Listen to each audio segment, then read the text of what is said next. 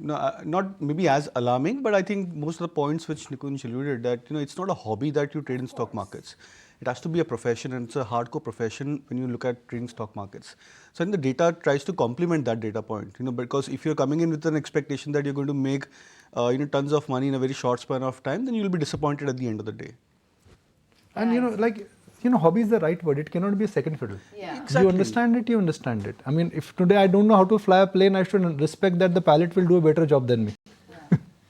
And I think it's important to understand as well that the downside risk can be... Exactly. So what Yeah. we've seen right now is one of the best times in the last 4-5 years. In case if, unfortunately, if we see any kind of a painful period over the next couple of years, then the numbers could just about aggravate and increase from these.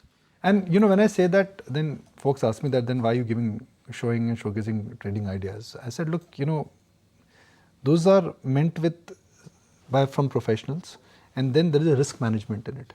As long as there is a risk management, you understand what you're trading. Honestly, follow the stop loss. Don't go by emotion. Understand the trend.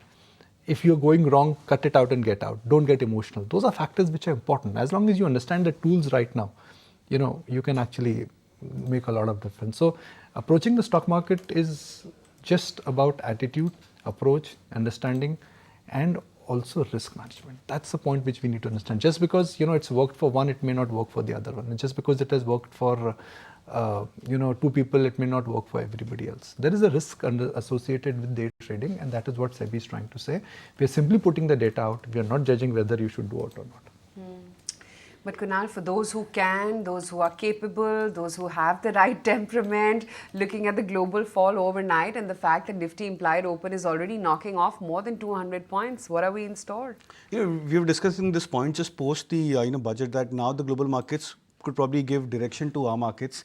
So I think after yesterday's fall of 500 points for Dow and 2%, 3% correction for S&P as well as Nasdaq respectively, I believe that we could now be getting into line where the global markets are getting aligned. So I think we've trimmed off some 4% to 5% odd for many of the global markets in the last 1 week or so. So I think I would probably expect in that aspect, we could also be heading towards a break below the 24,000 mark. So a shave off of 4-5% could probably take the Nifty back towards 23,800 mark.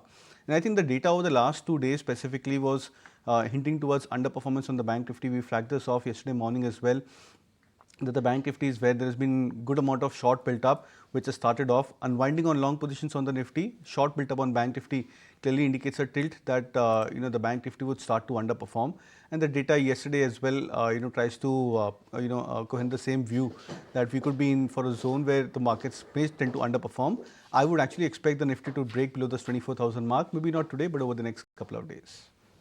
Okay.